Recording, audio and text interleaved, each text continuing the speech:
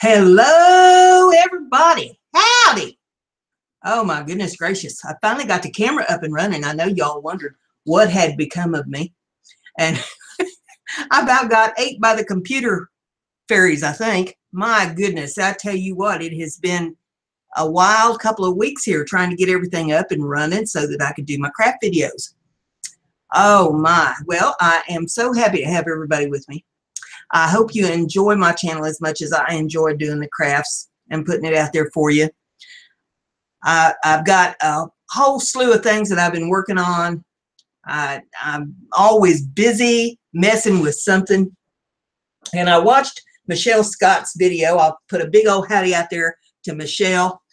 And I'll also put a big old howdy out there to Nalisha, because Nalisha's going to be my interpreter, because apparently many of you ladies are northern ladies and you don't speak in southernisms, and you probably aren't going to understand some of the stuff that I say because you won't consider it to be the King's English.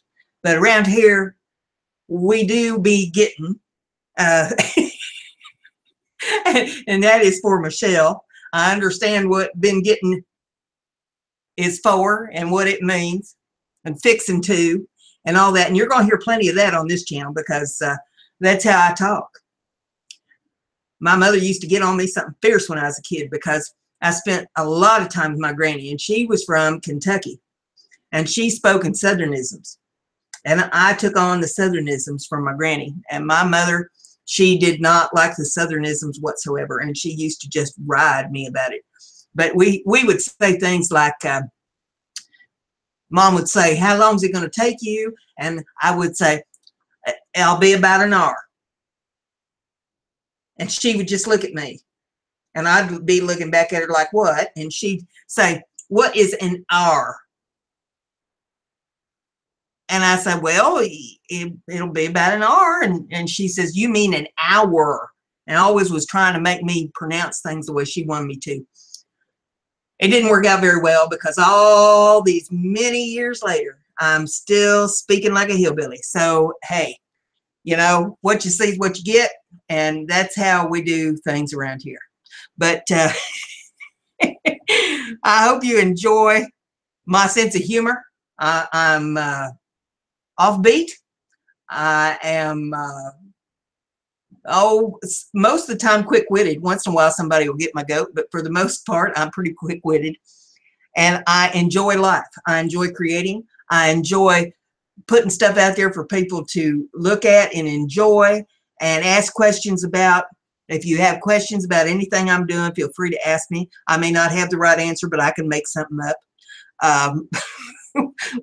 We fly by the seat of our pants a lot of times around here. So, hey, you know, I hope you enjoy what we're doing.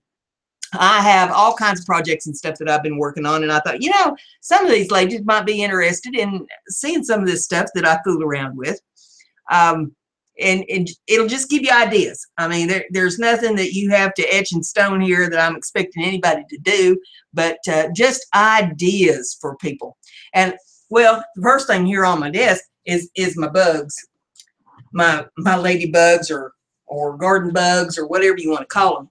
Now, I make these things and put them out at the craft shows and the farmers markets and the places where I go, and people seem to enjoy them a lot for their kids because they're cheap.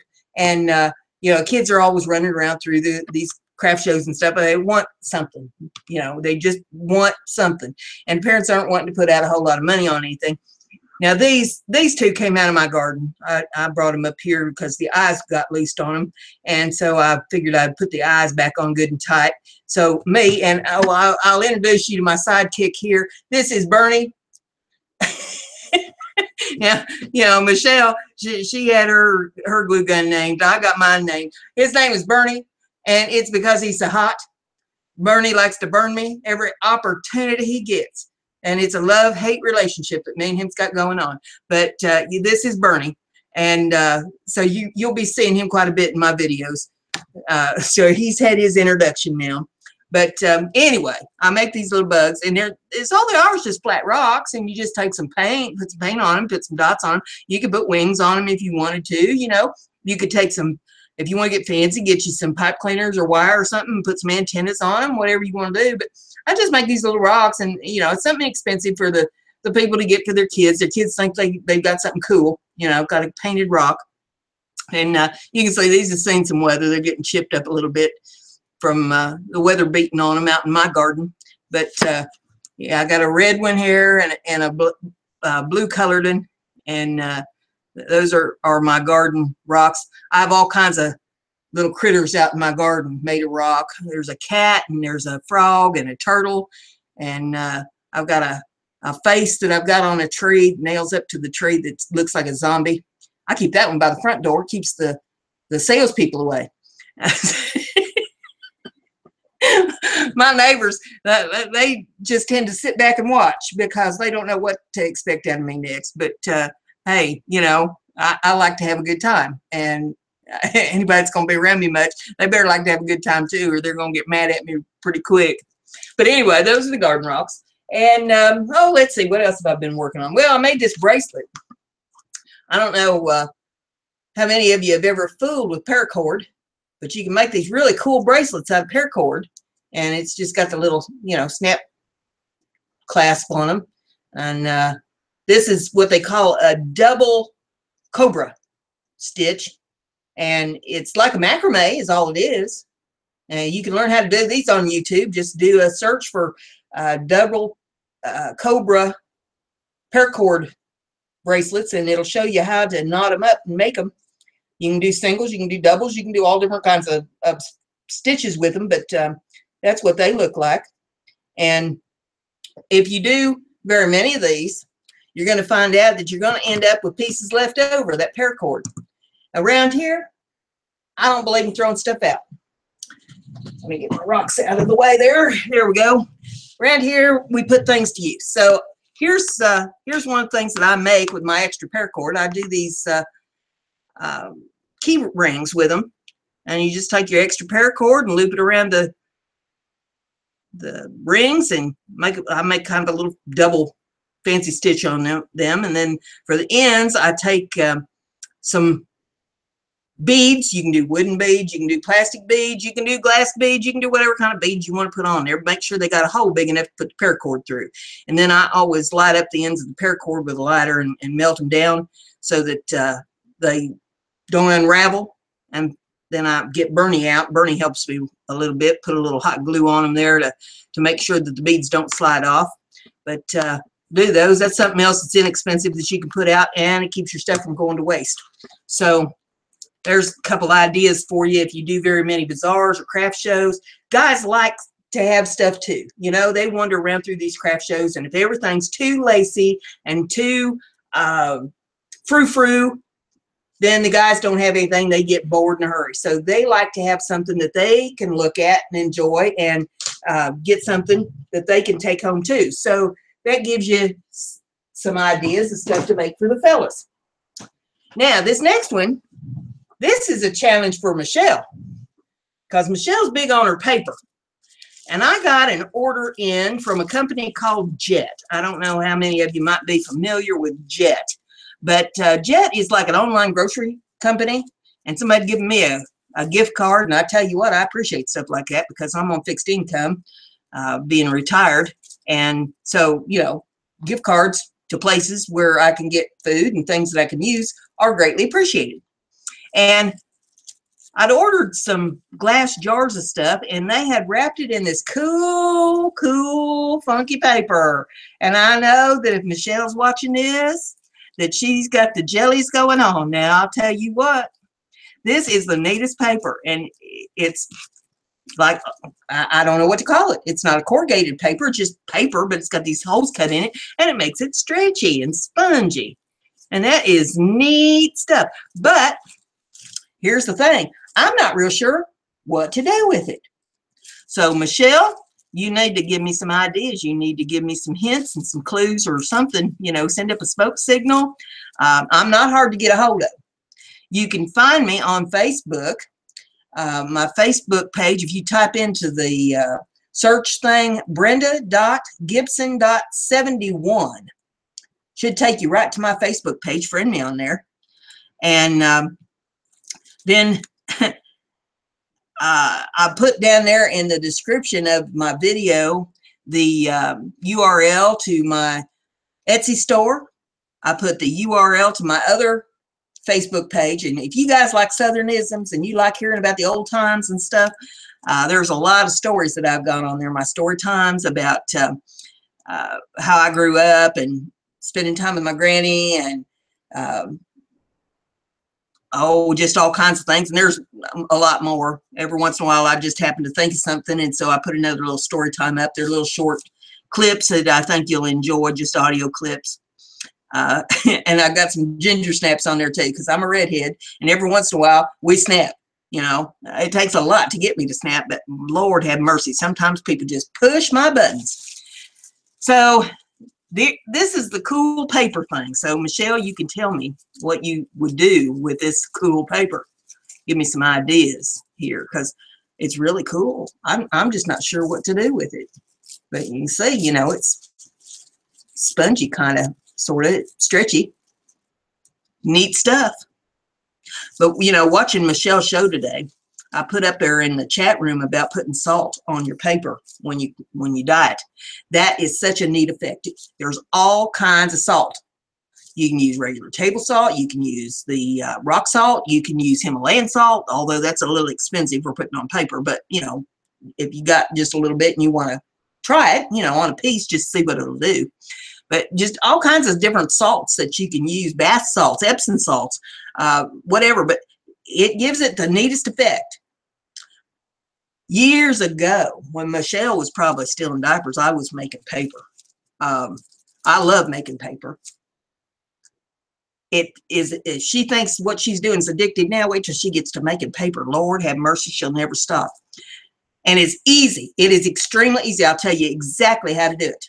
You take paper, any kind of paper. Now, I suggest any kind of white paper or tan paper. You can use your tea-dyed paper. You know, I try to stay away from anything with a lot of ink in it, because that tends to make your paper muddy looking if you put too much of like newspaper print or magazine print in it. But you take your paper and you tear it up into little bitty pieces. You put it in, now I suggest an old blender, something you picked up at a garage sale or something that you're not intending to use for food use anymore is what I suggest. But you take a blender, you put a little paper in there, and you put some water in it. And you blend it until it turns into a pulp. Don't put a whole lot of paper in there to begin with. You can always add a little bit more. And you can always add a little bit more water until you get it so full that you can't add anything anymore. When you get your pulp made, you're going to put it on a screen, and get an old window screen.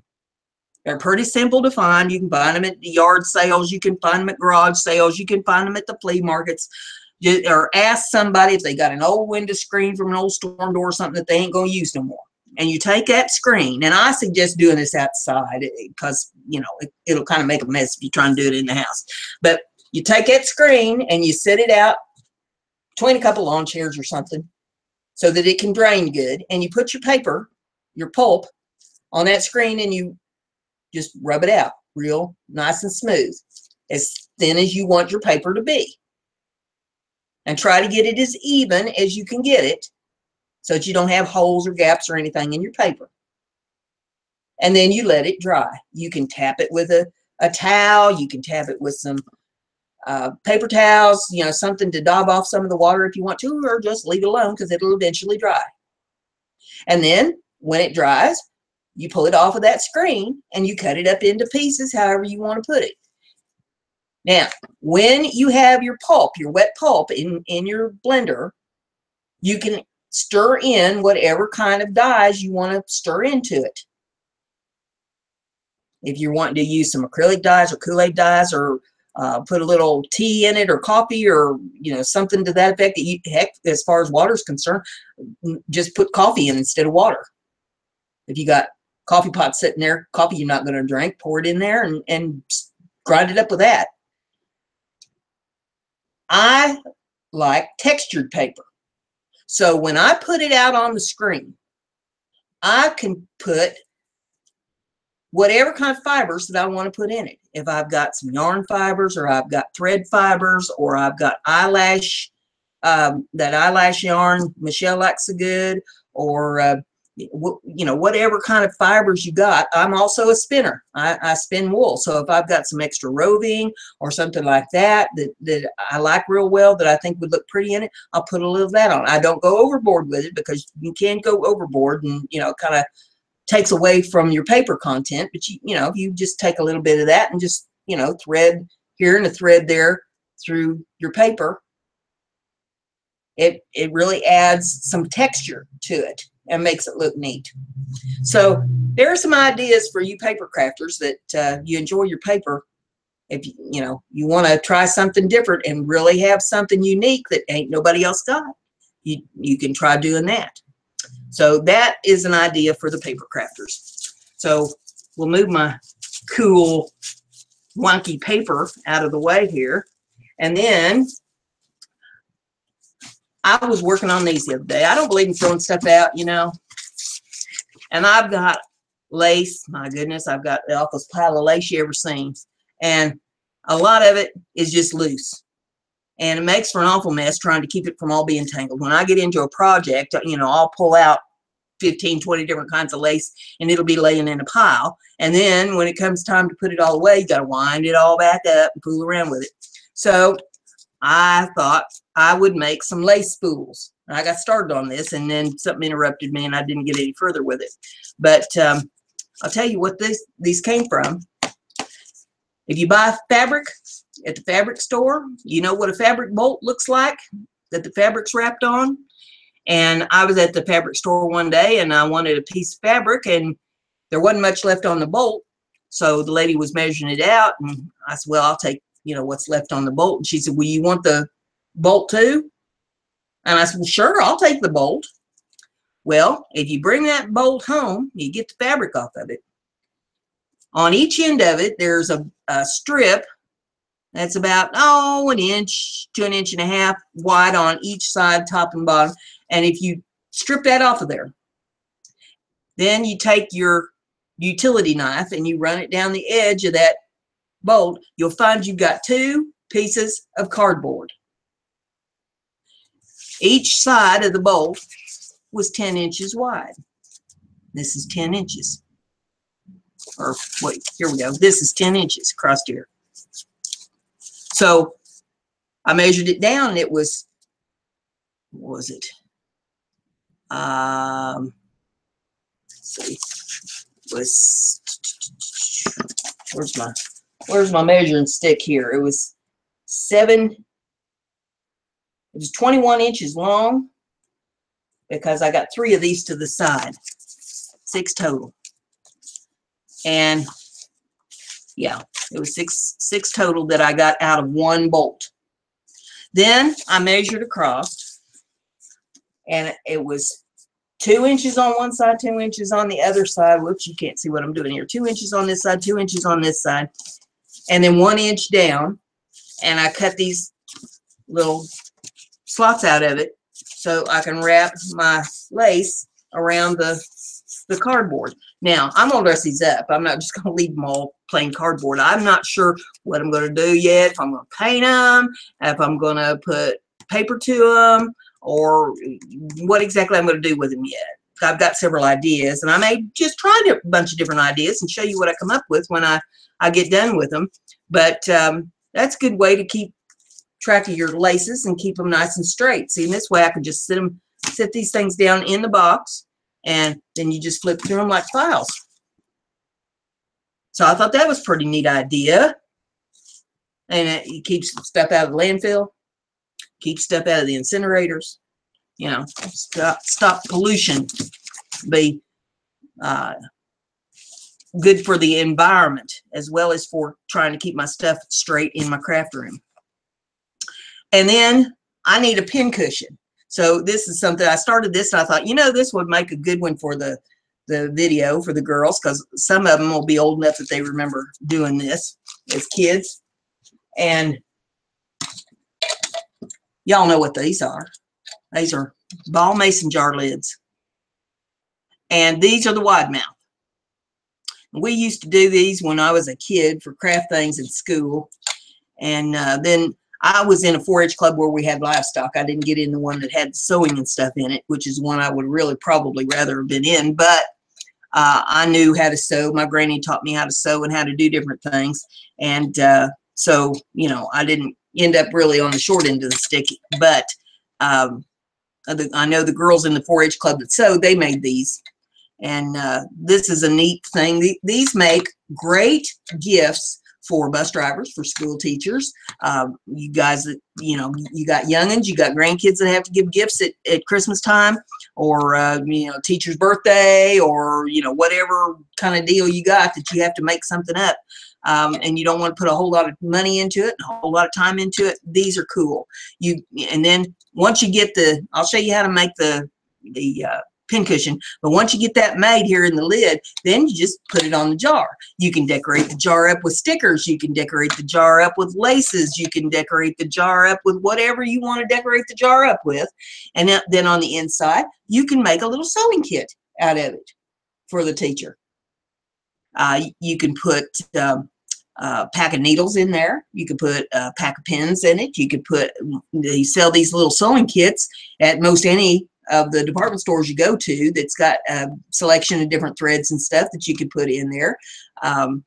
All kinds of little sewing notions that you could put in a mason jar. Just all you need is a pint mason jar, or even smaller, just put a few things in it, and with the pincushion on the top. And you can decorate the pincushion up even with some trims and laces, you know, trims around the top here and lace and stuff around the rim and everything. Make it really pretty, you know, to give to somebody. But this is how you do this. Take this in apart to show you, if I can. They fit in there tight. But I had this old vintage piece of velvet, and when I saw that, going through some stuff, I said, that is what I will use for my pincushions.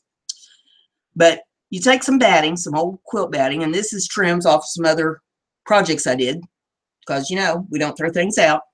So I save all that back and put the padding on top of the lid there. I didn't glue it down or nothing. It's just stuck in there. And then put the fabric on the top. Then you take the ring and you just ease that material, or that batting, down in there underneath the lid, and you push down. That's all you do. And then what I'll do is I'll take Bernie and I'll put some glue around that lid, and I'll push this fabric down. Trim off the excess. Make sure you pull it good and tight on the lid there. Try to get the puckers out of it as much as you can on the top. But that is the pincushion, and that's how we do that. Now, velvet likes to get all kinds of lint and stuff on it, but I'll use a lint brush on that and pull that all off of there. But that's how you make the little pincushions for the top of the mason jars. And then I'd probably go around that with a little piece of gimp, and then go around the edge with maybe something a little wider, some seam binding, or some ribbon.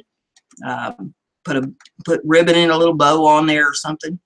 But that is the pincushion project. I'm not one to sit idle. I like to be busy all the time doing something. And if I'm set up at the farmer's market or the craft shows or something, I'll be crocheting. Get my little velvet pieces right back there. But I make these crocheted washcloths out of cotton. And I make soap, and I have fragrance oils and all that. You'll see some of that stuff if you go over to the Etsy store. But people really seem to like these cotton washcloths, and they're quick to make up. I forget what size needle I use. I don't know. I think it's an 8. But I do 28 chains. Then I come back one chain and do 1 row of single crochet, 1 row of double crochet, and continue that until I get a square piece. And the way you tell if you've got a square piece is you can take one corner and you fold it to the other corner up at the top, and it's even. That is a square piece. When I get that, I don't count the rows. It's just whenever I get a square piece. Then I do 1 row single crochet all the way around the piece and end it. This one I ended. I didn't have a pair of scissors with me at the show, so I had to go to another another skinny yarn and start another one. But I brought them home. Now I'll finish them up, trim them up, and make them look pretty. But you know, that way you're not sitting idle. If you're at a doctor's office, if you're at a dentist's office, if you're sitting someplace for any period of time, you need something to do, this fits right in your purse, and you can just whip out these little washcloths, dishcloths, whatever you want to call them, and you know, have something to sit out at the bazaars or the shows that's inexpensive for people to pick up for quick gifts. So there's some ideas. And I have one other project that I wanted to talk to you all about. And some of you may have some input for me on this. But I found this in a box of stuff that I had gotten when a relative passed away. This was an estate deal. And this is an old photo album. I'll turn this around so you can all see this. This has been in an attic for, I don't know. I don't even know how long. The mice have been to it. The moths have been to it. It has just been put through hell. It's fallen apart. You can see the fabric's coming off of it. It was very pretty at one time. I don't believe this was velvet fabric, but it was kind of a, I don't know, an embossed, real pretty fabric, and it says album across the top of it there, and that's all worn down now. It had some real pretty floral stuff on it. It had a metal clasp. Let's see, get this where the camera can see it. There we go. Had a metal clasp on it here for closing it, and that's been broken. But it's a neat metal clasp. You can see where the, I don't know, Critters has been at it, and it has the old stuffing in it. Well, it's kind of like a straw stuffing, and it's got oh, I don't know exactly what you call that. It was the old-fashioned form of stuffing that they would use in a quilt. And then the inside part of this I found fascinating, because this part is chipboard and this is wood, and this is like a wood mitered frame around the front and the back covers on this book. Now, if you really want to see something cool, look at these old pictures in this book. It's missing some of them in there, but these are these old tin type photographs. Would you look there? And these pages in this book are just chipboard. There's an old newspaper clipping there. Here's a picture of a family. See if we can get the glare off of that. And look at that lady in her fancy dress. Isn't she pretty? Some more old pictures in this book. But I thought what would be neat is to copy these pictures and then use the pictures in some of the crafts.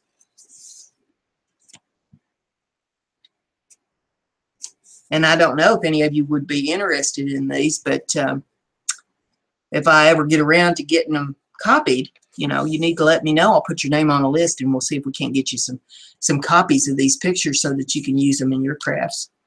But that's the pictures in this book. That I thought they were just cool pictures. Cool, cool, cool. And I'm not sure what I'm going to do about this book.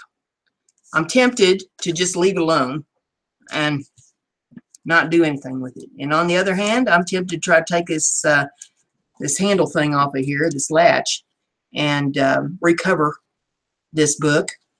I don't know. You tell me what you think. You send me some messages here and let me know what you do about it. If you just leave it alone the way it is, or if you would try to recover it. I mean, I really hate to screw with an antique.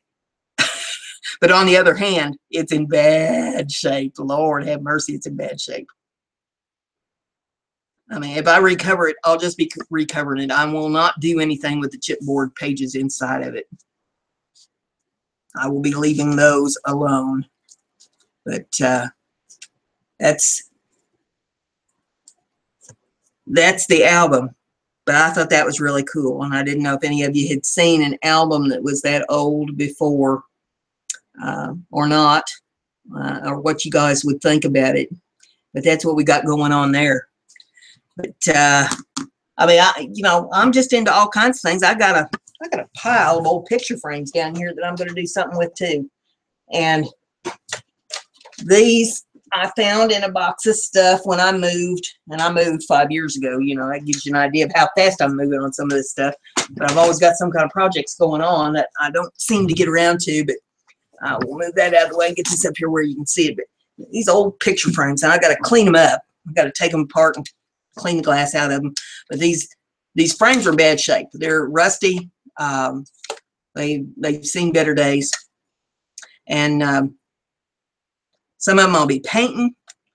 Some of them I may just be covering. I don't know. But, I mean, that's something else. You can give me your ideas, you know. Help me be creative. Because I've got all sorts of ideas on things, but they might not be the same kind of ideas you got. Saying there's some that don't have much of a frame on them, but they're shadow box style. Those will be really cool to decorate and work in. And then this one doesn't seem to be that terrible old, but it's not in very good shape either. And so I'll probably cover it. But you know, these are little projects that I fiddle around with and work on. Besides my soap making and my jewelry making and you know, whatever other things that I'm working on. I've got my platinum die maker, and I'm going to be getting it out and working on some things on it. I worked on some stuff the other day with that.